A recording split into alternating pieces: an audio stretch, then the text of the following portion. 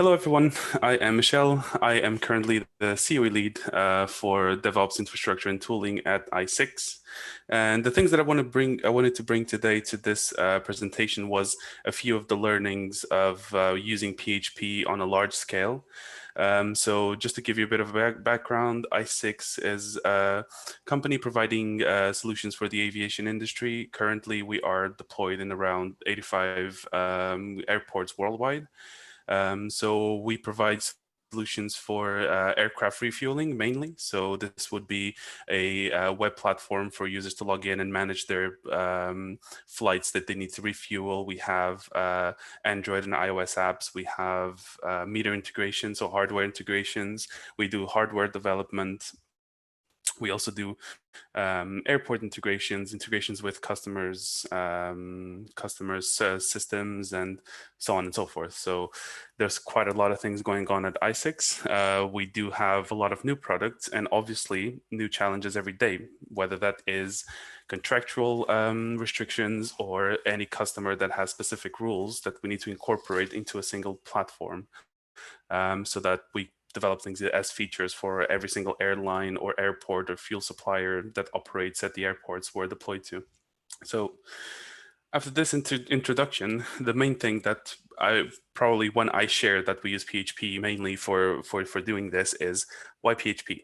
And I always reply to why not PHP? So it's still a very popular language. There's loads of tutorials online. There's a lot of documentation and everything. There's a lot of people that probably went through the same problems as you have. So you can easily find a solution to your issues. There's a large community. It's continuously improving, as we were discussing with PHP 8, for example. So it's still faster than other alternatives. I've done some testing with Python, and it tends to be quite slow for web development, for example. It's simple and easy to use. Again, it's an easy to understand language, but hard to master because of all the magic we've mentioned before. So the cons is it's declining in popularity.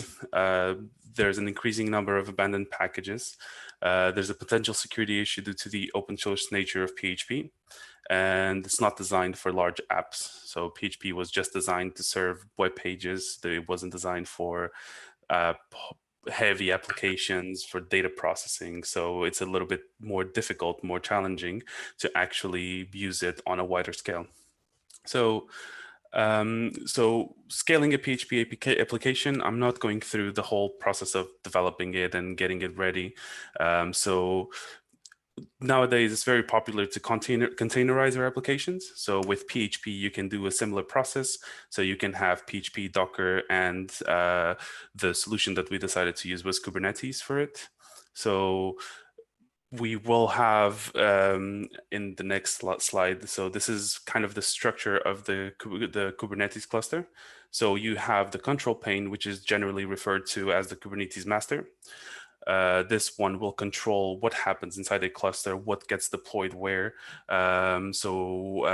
Scaling your application and communication between the nodes. So would be your that's your control plane. Then you have the nodes. So each node will be a virtual machine instance, which will run a kubelet and a k-proxy. So the k-proxy is basically the Kubernetes proxy for your nodes to be able to talk to each other so that the networks inside the different virtual machines are connected so that a pod on the third node can communicate with a pod on the first node. And then what you have is the cloud provider API. So you have AWS, you have Azure, you have DigitalOcean and Google Cloud, for example. Each one of them has their own APIs that you can use to communicate with your Kubernetes cluster. So it will be up to them to provide you with some API so that you can manage your deployment. Oops. So for you to be able to containerize your PHP application, the first thing you need to do is plan how you would like your request to be handled and how your structure overall would look like. So in this example I have here at the bottom, we can have the request coming in. It would go into a load balancer in your cluster, and then it would route the traffic to the correct pod, and the pod could then use either Nginx listening to the port or Apache with the HTTPD image, and then they could route the traffic then to PHP. So you could be using PHP, FPM, or something else.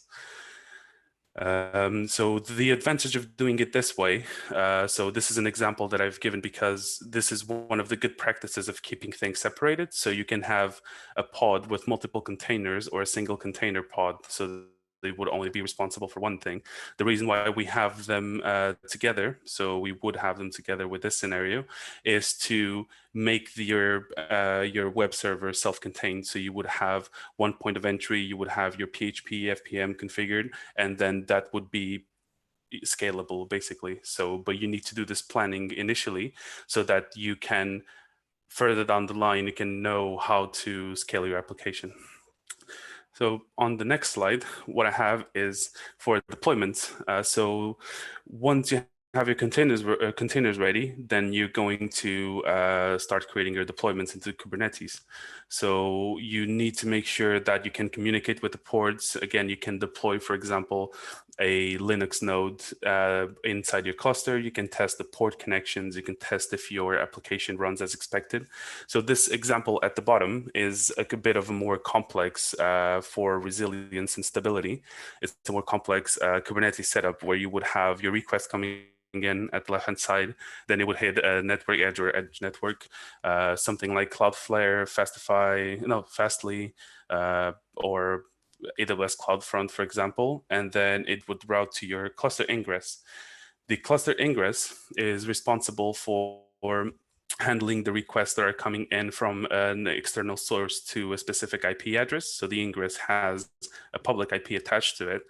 And what it does is the ingress manages the route for your application. For example, let's say you want /spectrum to go to a specific pod because it's the pod that has the code base for your application. Then you would configure the service for it, and then you would specify the path, which service is responsible for that application, and then it would route the traffic directly to your pod. So this would allow you to have, for example, n different paths, so as many as you'd need, and multiple services, so that you can have multiple applications being served from your single cluster. This again, this is one of the possible setups. It's not a setup that would work for every single application. Again, you might have something that doesn't need to be exposed to the public. You might have some PHP workers, so the setup would be different, but this is one that's nowadays commonly being used. So the edge network would be Cloudflare, and then the service you would have one per publicly exposed product from your company. So next up, I have some YAML examples. Apologies if they're quite small, but I just wanted to fit in the deployment files, so the YAML files for deploying these services. So on the right-hand side, we have the deployment spec for our for our pod with multiple containers. So on top, we have what would tell Kubernetes which API to use for this deployment. We have some metadata at the top, and then we have the spec, which is basically how the container is going to look like. How it's going to behave, what labels is it going to have for you to be able to interact with it from other deployments or for some other Kubernetes functionalities. You have your container definitions. So the first one is Nginx. You would have your image path. The image pull policy would tell your container when to pull the image that it needs to run. So if not present, only if it's not on the current node, it's when it's going to pull the image from the container registry. You have your resource requests. This one is quite important because resource requests are usually the things that are being used the most, or the metrics that are being used the most for scalability on Kubernetes. Oops. So you have the readiness probe, this one. So this probe is basically, you can configure how the Kubernetes is going to communicate with your container in order to determine if it is healthy or not. So you have two different types of probes. You have readiness probe and you have liveness probe. One is to know when the container is ready to serve your requests. And the second one is to monitor if your container is live. So if something went wrong and your liveness probe doesn't work, Kubernetes will take care of that, and it will kill your container for you, and then it will restart it automatically, again, depending on this replica on the spec. So in this case, you would have 3.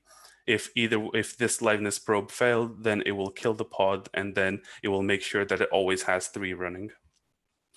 On the second spec for the container, you have PHP FPM. So you have, again, image, you have the image full policy, you have the ports that are exposed. You have, again, the liveness probe. So inside Kubernetes, you don't have HTTP communication. They're mostly, they're only TCP.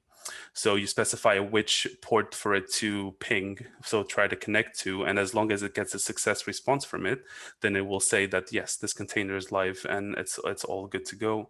Readiness probe, same thing for PHP FPM. Usually the default port is 9000, so it will check if port is 9000 is available and it's responding, then you can already route the traffic to this container. And on this setup, the request hit from port 80. Then it will be this Nginx will be configured to forward the request to the PHP FPM container inside the pod. So on the left-hand side, we have at the top the ingress. So in here, you would specify on the annotations, you would say the global static IP name it has. So this one is provided, for example, by Google Cloud. So you can specify an IP address name when you reserve your public IPs.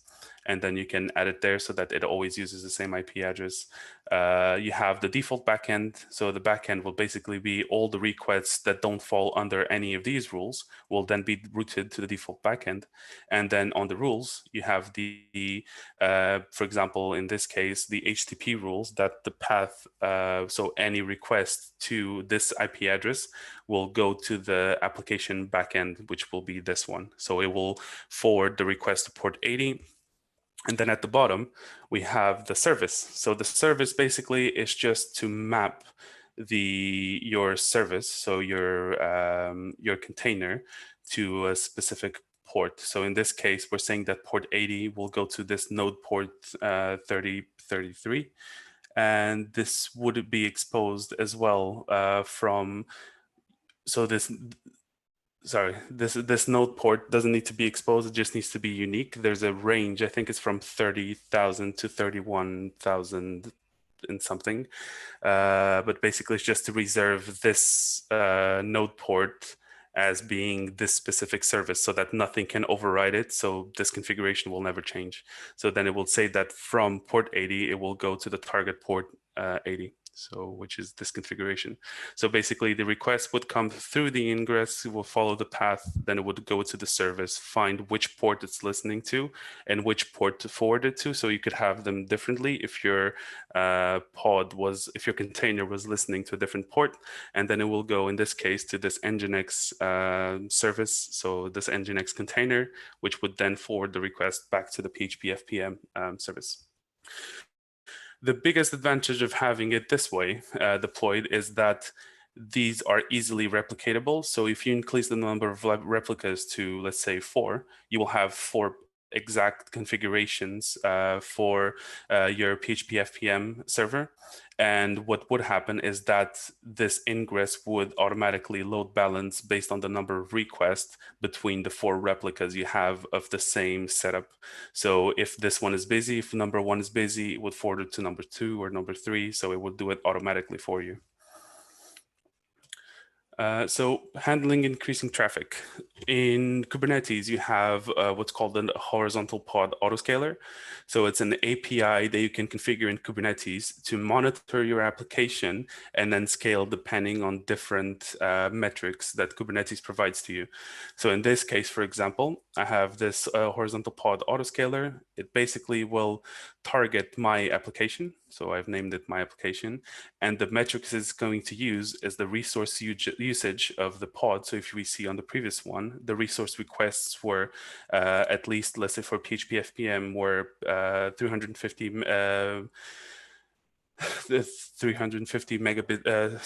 megabytes of memory and 300 milli CPUs. So if we go to the next one, it will say that the memory usage, if it's above, so the average usage, if it's above 75%, then it will create a new container so that not all the requests are being stuck there, or you're waiting for it to finish one of the older requests so that you can send it new requests. In the same way that you can use resources, you can also use, for example, number of requests per second. If it increases, then you can say the minimum number of replicas or the maximum number of replicas that you can have for that application. So then automatically, let's say you have a surge of requests to your application, then it would see, oh, I have 10,000 now, so I'll need to scale up to the maximum. So automatically Kubernetes would just deploy the remaining number of pods until it hits the maximum number of replicas. And then you wouldn't need to worry about it, because once the metric goes down, it would automatically one by one start killing the pods and start just going back to your minimum number of replicas. So, processing data with PHP. So PHP is not designed, as I mentioned before, to be a long-running data crunching process. It's not. It was just designed for, again, websites and handling a request and sending out a response. However, you can still run it as in a Kubernetes pod. So you can have, in this example, you have the metadata at the top, and then at the bottom, you have the configuration for your command, where you would specify at the end which command it would run inside your container. So this could be a long-running process. It could be a one-off, but again, because it's a deployment, every time it finishes, it will start again. So in Kubernetes, you can have cron jobs, you can have jobs, which are just one-off jobs that you can run, so one-off scripts that you need to run, or you could have a cron job where you can schedule for the Kubernetes scheduler to run your command at specific times during the day, or every X amount of time. So with this configuration, you would then just apply it, and then it would run your script. It would exit, and because this is a deployment, it will try again, and it will keep running. So it's not limited only for web servers, but you can also deploy some scripts if you need to.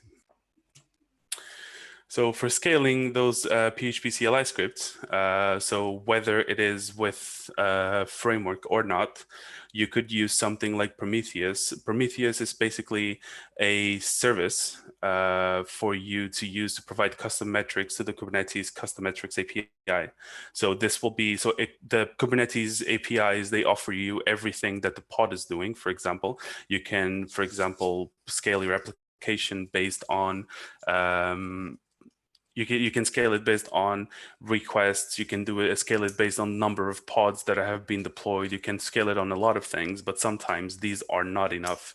So that's where Prometheus comes in, because then, as it's mentioned here, so you have your horizontal on this chart, you have the horizontal pod autoscaler talking to the custom metrics API, which would then connect to the Prometheus adapter, and that adapter would then pull the metrics from specific pods. You can also deploy your own pods to provide you the information that you would need to scale your application. So for example, what you could do is you could have a pod reading from your database and providing, for example, the number of pending jobs in a queue. And then you would, if it's over 100, then it would deploy a new script to process those jobs. So Prometheus makes Kubernetes even more powerful, because again, you can have control over which metrics will your deployment scale based on. So again, you could do something like, if you have 30 files to process from, for example, an uploading a page where users can upload their files, then you could have a service that would read that directory and provide the number of files pending, and use that to deploy more replicas of your own PHP scripts. So for issues when scaling the PHP applications, you need to make sure that you set the resource usage limits for your deployments. The reason why resource usage requests and limits are really important in Kubernetes is because they are basically, so the horizontal pod autoscalers, they scale generally based on resource requests rather than resource or usage.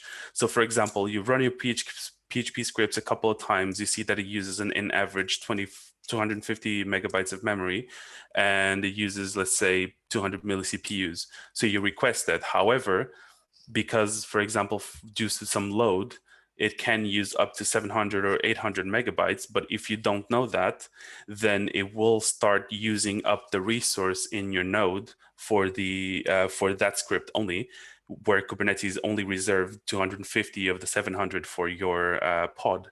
So if you have your resource requests and limits set properly, then you will make sure that the pod, for example, I want you to reserve 250 megabytes of memory for this specific script, but it can use up to 300 in edge cases.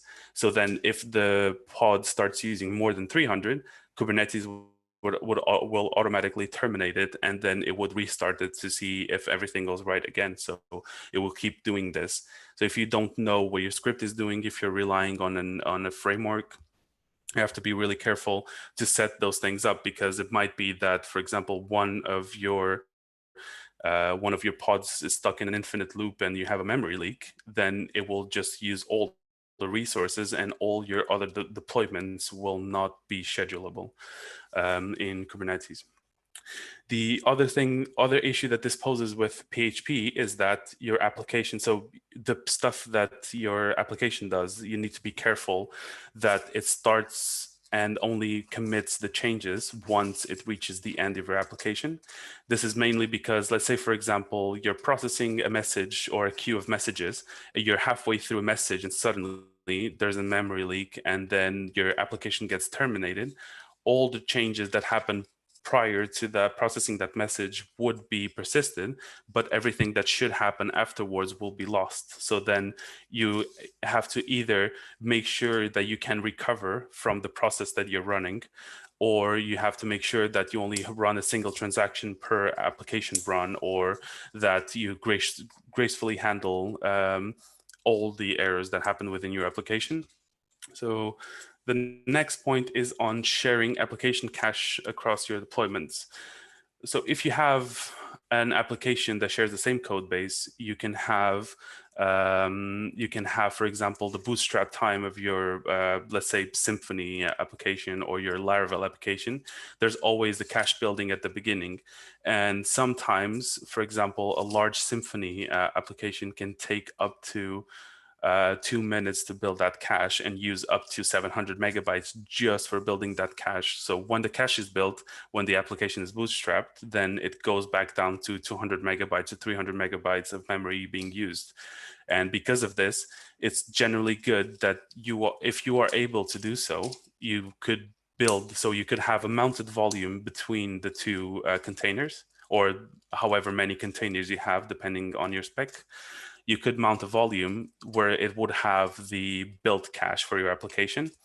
And then instead of all of them, whenever your application scales up or down, it wouldn't need to just keep rebuilding the same cache over and over and over again, because ideally all your versions from your deployments would match. So if they all match, they should all use the same cache to improve your startup speed and your scaling speed as well.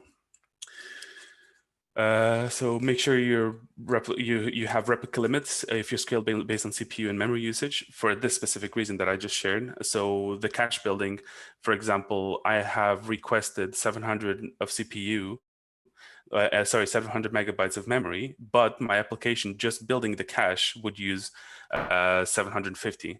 In this case, Kubernetes would tell it, hey, you're hitting 100% of CPU of memory usage, so scale up. So the new pod will scale up, and then it will use, again, above 75 in the example I've shown before, and it would scale up again. So if you don't have replica limits, this is a situation that can happen. Obviously, there might be a bug or there might be a dependency that's causing this in specific scenarios. You wouldn't be aware of it, and then at the end of the month, you would be hit with quite a high bill from your cloud provider. So in order to avoid this, you always have to set maximums and minimums and make sure you configure things properly before you do your scaling. I've seen scenarios in the past where we've ended up with I think it was 200 and something pods, because Kubernetes provides you two different things. It has vertical scaling and it has horizontal scaling. So horizontal scaling is usually the number of pods that are replicated across your nodes. And the vertical scaling is the nodes that automatically scale if the resource usage reaches a limit. So let's give you an example. You have nodes with one CPU and 1 GB of memory. If all your resources that are deployed in there are requesting the full amount, then they'll all be deployed, the full amount of resource, they'll all be deployed in that single node. But if there's one of them that requests some more memory and you don't have memory available for that specific pod, then it will automatically, if you have it enabled, it will automatically create a new node. It will then connect that node to your Kubernetes network, and automatically the scheduler, so the control plane, will deploy your new pod into this new node. And so the last item I have here is limit the PHP FPM pool size to allow Kubernetes to scale your application.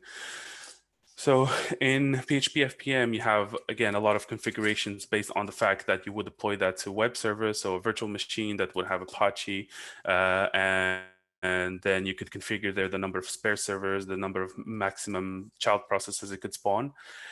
The general good practice of deploying this in Kubernetes, so having PHP FPM, is to limit those configurations. So what we currently use, for example, is only one maximum backend and one minimum, minimum server and maximum servers, and we have 14 child processes.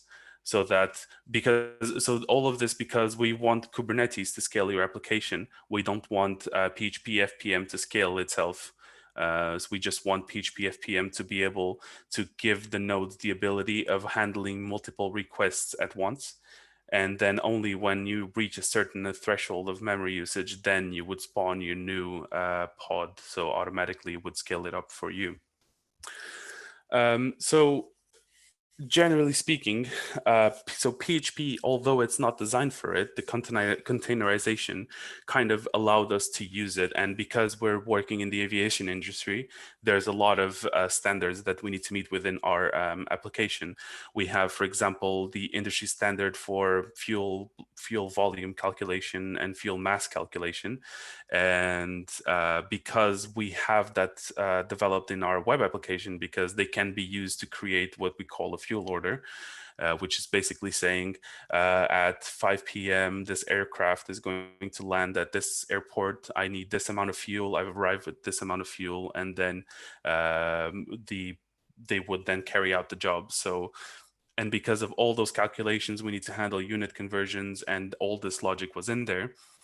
Containerizing everything helped us be able to deploy this in multiple places, and as well as it allows you to be cloud agnostic as well, which is for resilience. It's quite good because as we're working with airports and aircraft refueling, we need to make sure that we have the least amount of downtime. So one of the goals we're aiming towards is next year we're going to be deployed in AWS, Google Cloud, and Azure. This all again for resilience. So when you develop your PHP applications, you also need to make sure, or any application really, you also need to make sure that you're not tied to a specific cloud provider. So because you're already running your service in a container that's replicatable on your local environment or in any different environment, it will always be the same. You just need to make sure that you don't develop your code based on some specific cloud provider APIs like Google Cloud or AWS. And you also containerizing it also helped us with debugging.